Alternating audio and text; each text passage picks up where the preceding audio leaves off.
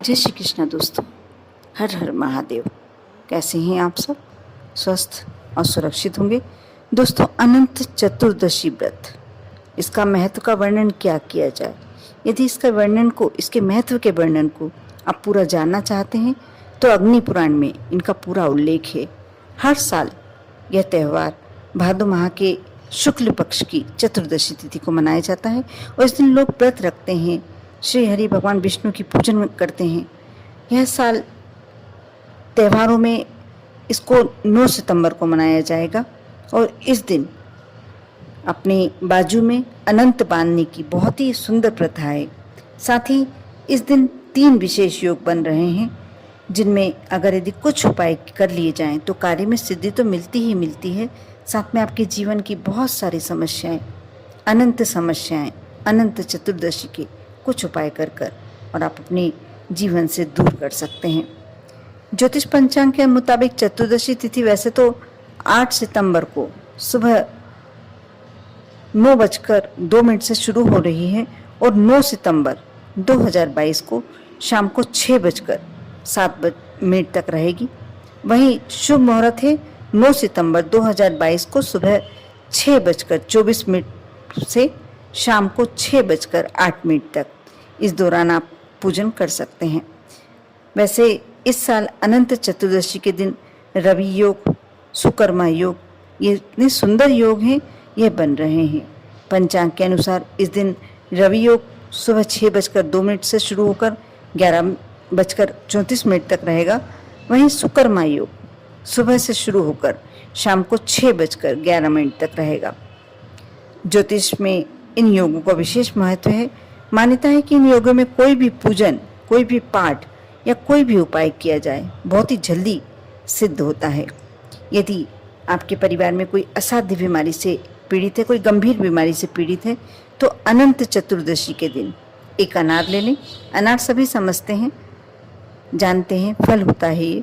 और अनार उस बीमार व्यक्ति के सिर से आप लगाकर भगवान सत्यनारायण के जो कलश आप स्थापित करते होंगे, नहीं करते होंगे तो एक लोटे में जल भरकर और भगवान सत्यनारायण यानी भगवान विष्णु के समक्ष रखें और इस पर इस अनार को रख दें। कुछ समय बाद इसे गाय को खिला दें।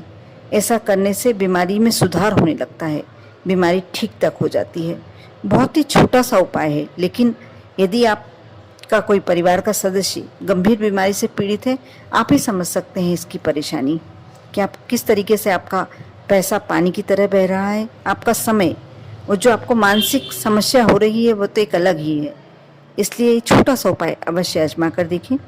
अगर आपका व्यापार अच्छा नहीं चल रहा, चलते चलते कारोबार थोड़ा ठंडा सा चलने लगा है, ठंडा हो गया है, तो आप अनंत चतुर्दशी के दिन 14 लौंग ले लें और एक लड्डू, उस लड्डू को पे आप 14 जो लौंग लिए हैं आपने, सब लौंग में फूल होना आवश्यक है। मैंने कई बार कहा कि खंडित कोई भी चीज़ भगवान को समर्पित नहीं होती है। इस बात का आप लोग विशेष ध्यान रखा करें, क्योंकि आप उपाय करेंगे भी और यदि फलीभूत नहीं होगा तो आपको ऐसा लगेगा कि इस उपाय में शक्ति नहीं है। लेकिन ये पंचांग के और पुराणों के उपाय होते हैं। जो व्यक्ति श्रद्धा से, विश्वास से और पूरे नियमितता से पूरे जिस उपाय को जैसा बताया गया है उसी प्रकार से करते हैं तो 100% आपको इसका फायदा तो होता ही होता है। आप 14 लौंग ले लें जो फूल लगी हुई हो और एक लड्डू ले लें, उस पर 14 लौंग लगा लें और सत्यनारायण भगवान के कलश, जैसे मैंने बताया, यदि आप रखते हैं तो श्रेष्ठ, नहीं रखा है तो एक कलश रख दें, उसमें जल भर कर रख दें। इसी सत्यनारायण भगवान का कलश मान लें और इस पर लड्डू एक प्लेट में रखकर चढ़ा दें। पूजन करें, जो भी आपको पूजन करनी है, जो भी आप करते हैं वह पूजन करें और इसके बाद इस लड्डू को उठाकर किसी चौराहे पर रख दें। ऐसा करने से आपकी सभी मुसीबतें आपको छोड़कर चली जाएंगी और व्यापार में भी लाभ होने लगेगा, व्यापार चलने लगेगा। यदि व्यापार नहीं भी है, नौकरी की समस्या भी चल रही है, तो आपको सामने कोई बिजनेस के लिए लाइन दिखाई देने लगेगी या नौकरी लग जाएगी। ये बिल्कुल अचूक उपाय है, अवश्य कर देखें। और इसी प्रकार कार्यस्थल, परिवार या व्यापार में अगर आपका किसी के साथ विवाद चल रहा, झगड़ा चल रहा है, क्योंकि आजकल समय ऐसा चल रहा है कि परिवार में आप रहते हैं और वहाँ झगड़ा नहीं हो, संभव नहीं है। कार्यस्थल जहाँ आप कार्य कर रहे हैं या आपका खुद का बिजनेस है, उसमें छोटी छोटी बातों पर कभी कभी मालिक और नौकरों के बीच में झगड़ा हो जाता है, यानी साधारण सी बात है। इसलिए यदि किसी के बीच में ऐसा विवाद चल रहा है जिसे आप सुलझाना चाहते हैं, तो अनंत चतुर्दशी के दिन सत्यनारायण भगवान के कलश पर, फिर यहाँ कलश की बात आई, कलश को तो आपको रखना ही चाहिए। वैसे भी जो आप भगवान की पूजन में कलश रखते हैं जल से भरकर, वो आपका साक्षी होता है पूजन का। जो भी आप पूजन करते हैं तो वह आपका साक्षी बनकर और आपको उस पूजा का प्रतिफल दिलाता है। इसलिए कलश तो हमेशा पूजा घर में होना ही चाहिए। उस कलश पर एक प्लेट में आप कोई बर्तन में 14 जायफल चढ़ा दें। और 14 ही क्यों चढ़ाना है? क्योंकि चतुर्दशी तिथि है, इसलिए आप इस बात का विशेष ध्यान रखें। 14 का अंक इस दिन के लिए श्रेष्ठ अंक है। 14 जायफल चढ़ाएं और इसके बाद शाम तक रखे रहने दें, कुछ देर रखे रहने दें। इसके बाद वो जायफल को जल में प्रवाहित कर दें। ऐसा करने से जो भी आपके विवाद चल रहे हैं, किसी से भी आपकी झगड़ा चल रहा है, उस विवादों से आपको मुक्ति मिल जाएगी। और ये बहुत बड़ी परेशानी होती, विवाद होना किसी से छोटी मोटी परेशानी नहीं कही जाती। हम जीवन में जितने कम शत्रु रखते हैं उतने ही सुखी रहते हैं। इसलिए कभी भी हमें जीवन में अपने शत्रुओं को नहीं बढ़ाना चाहिए। यदि किसी से शत्रुता है, हम कुछ उपाय करके उसे कम कर सकते हैं, बहुत ही अच्छी बात है।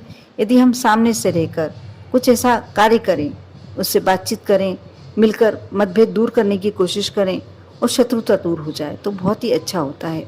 इसलिए कोशिश करें कि आपके मित्र ज़्यादा हों लेकिन शत्रु हो ही ना। इस बात का आप ध्यान रखते हैं तो आपका जीवन वैसे ही सुखी हो जाएगा। दोस्तों, अब मैं जो उपाय बताने जा रही हूँ आपको, ये उपाय तो अवश्य करना ही है, प्रत्येक को करना है। बहुत ही सरल उपाय है और कर भी सकते हैं आप इस, और कई लोग करते भी होंगे। मैं बार बार बताती हूँ, जो मैं उपाय बताती हूँ कहीं ना कहीं से वो किसी ना किसी के द्वारा किए हुए होते हैं। ऐसा नहीं कि कुछ भी लिया और बोल दिया, वैसे वाले उपाय नहीं होते हैं और ये फलीभूत होते हैं। किसी को फ़ायदा हुआ होगा तब ये उपाय डबल से दोहराए जाएंगे। इसलिए आप इन उपायों को एक बार करके अवश्य देखा कीजिए। अगर आपके जीवन में धन संबंधी बहुत ही ज़्यादा परेशानियां चल रही हैं, यदि कर्ज भी चढ़ा हुआ है, तो अनंत चतुर्दशी के दिन आप 1.25 हाथ लंबा, 1.25 हाथ समझते होंगे आप, 1.25 हाथ लंबा कलावा ले लें। उन्हें, उस कलावे को गणेश जी के चरणों में, यदि आपने अभी गणेश जी को विसर्जित नहीं किया तो आप ये कार्य घर में भी कर सकते हैं। गणपति जी के चरणों में अर्पित करें और उस पर सिंदूर अर्पित करें। भगवान गणेश को भी सिंदूर अर्पित करें और पूजा करें दीपक से आरती करने के बाद। और जो भी आपकी विनती है, जो भी आपकी मनोकामना है, जो भी आप गणपति जी से अपने ऊपर आशीर्वाद चाहते हैं, वहाँ खड़े होकर 1 मिनट आंख बंद कर भगवान से विनती करें। उसके बाद उस कलावे को उठाकर अपने, यदि आप पुरुष हैं तो दाहिने हाथ में और महिला हैं तो बाएं हाथ में बांध लीजिए। और भी इतना उसमें यदि आप श्रेष्ठ फल चाहते हैं और भी उसमें कुछ मजबूती चाहते हैं तो उस कलावे में 14 गांठें लगा लीजिए और उसको अपने हाथ में, चाहे आप यदि कलाई में नहीं बांधना चाहते हैं तो आप अपने बाजू पे भी बांध सकते हैं या कमर में बांध सकते हैं, लेकिन इतना बड़ा आपको कलावा लेना होगा। आप यह उपाय कर देखिए।